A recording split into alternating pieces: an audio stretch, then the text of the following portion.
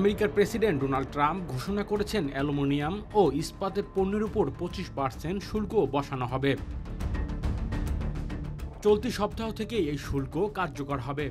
আগামী 12-13 ফেব্রুয়ারি 2 দিনের সফরে আমেরিকা যাচ্ছেন প্রধানমন্ত্রী নরেন্দ্র মোদী। তার আগেই ট্রাম্পের এই ঘোষণা বেশ তাৎপর্যপূর্ণ বলে মনে করছেন কূটনীতিকরা।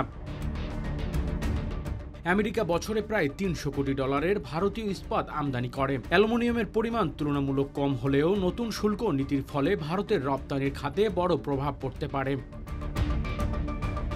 এর আগে চীনের থেকে আমদানিকৃত পণ্যের উপর 10% শুল্ক বসিয়েছে আমেরিকা। ট্রাম্প ইতিমধ্যে কানাডা ও মেক্সিকোর পণ্যের উপর 25% শুল্ক বসানোর ঘোষণা দিয়েছেন, যদিও তা পরে 1 মাসের জন্য স্থগিত রাখা হয়েছে। Desk report, metro TV.